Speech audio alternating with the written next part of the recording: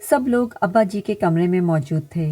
نائلہ اور رابعہ اپنے اپنے سسرال سے آ گئی تھیں۔ ارشاد احمد کو فالج کا اٹیک ہوا تھا، اس لیے ایک طویل عرصے کے بعد ان کے سب بچے اکٹھے تھے، ورنہ ایسا ہوتا تھا کہ کبھی نائلہ آ جاتی اور رابعہ نہ آ پاتی، تو کبھی رابعہ ہوتی تو آمنہ نہ مل پاتی۔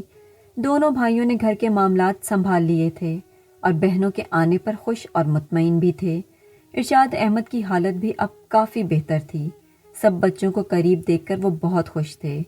بیگم ارشاد فاطمہ بی بی نے بھی شوہر کی خدمت کا پورا حق ادا کیا تھا۔ وقت پر دوا دیتی، یخنی، خوراک، ہر چیز کا خیال رکھتی۔ ڈاکٹرز نے ہلکی پھلکی ورزش بتائی تو بیٹوں نے فزیو تھراپی کا بندوبست کر دیا۔ اللہ کے بعد میرے بچوں نے میرا بہت خیال رکھا۔ محمود اور مقصود ایک ٹانگ پر کھڑے رہے۔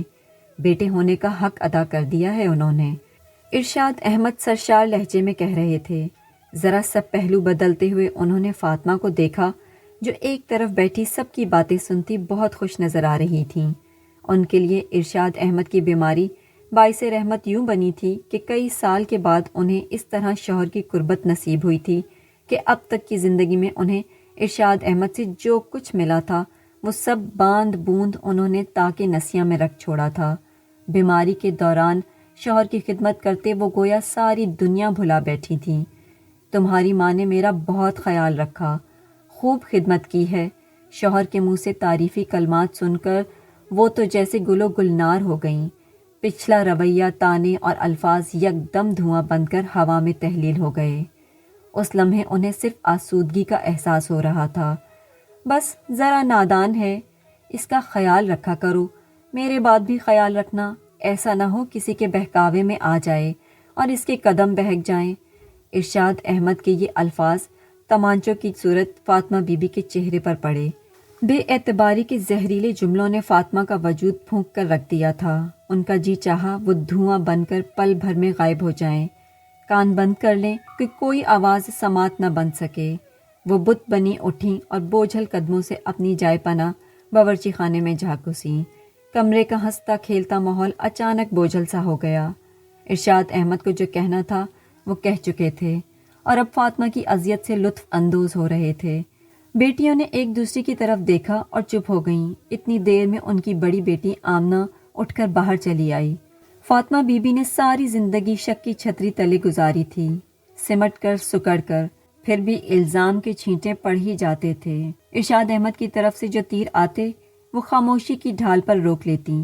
صفائیاں پیش کرنے کی اب سکت نہ رہی تھی، اور وقت بھی تو تب ہوتی جب سامنے والا سننے اور ماننے کو تیار ہوتا، جواز نہ بناتا۔ آخری بار جب ارشاد احمد نے انہیں کسی بات پر کھلکھلا کر مسکراتے دیکھا تو بڑے ٹھنڈے لہجے میں صرف ایک جملہ کہا تھا، تم سدھری نہیں ہو۔ فاطمہ نے ہنسی کو آنسوؤں کے گولے کے ساتھ نگلا اور باورچی خانے میں چلی گئیں۔ انہیں تو پتہ بھی نہ چلا تھا کہ وہ کب پڑوسن کی بات کا جواب دیتے ہوئے زور سے ہنس پڑیں، اور اسی اثنا ارشاد احمد بڑے دروازے سے اندر آ گئے۔ پھر شوہر کی جلی کٹی باتیں سن کر کئی روز تک فاطمہ کو مسکرانے کا بھی حوصلہ نہ ہوا تھا۔ اماں، ابا جی کی عادت آپ سے بہتر اور کون جانتا ہے، پھر آپ کیوں دل پر لیتی ہیں؟ آمنہ نے ماں کے کندھے پر ہاتھ رکھتے ہوئے کہا۔ ہائے آمنہ، میں کس قدر بد نصیب ہوں کہ عمر کے اس حصے میں بھی میرا شوہر مجھ سے راضی نہیں۔ نہ جانے مجھے کون سے نہ کردہ گناہوں کی سزا مل رہی ہے۔ میں تو یہ سوچتی ہوں کہ جب شوہر ہی مجھ سے راضی نہیں تو میری بخشش کیسے ہوگی، مجھے مغفرت کیسے ملے گی؟ فاطمہ بی بی کا صبر جواب دے گیا اور وہ گھٹ گھٹ کر رونے لگیں، تو آمنہ نے ایک ماں کی طرح ماں کو لپٹا لیا اور دلاسا دینے لگی، مگر اس کے پاس ماں کے سوالوں کا کوئی جواب نہ تھا۔ وہ تو بس یہی سوچ رہی تھی کہ واقعی عورت کی زندگی بھی ایک گورکھ دھندا ہی ہے، پوری حیاتی شوہر بچوں کی خدمتیں کرتے گزر جاتی ہے، پھر بھی نہ شوہر کو مطمئن کر پاتی ہے نہ بچوں کو۔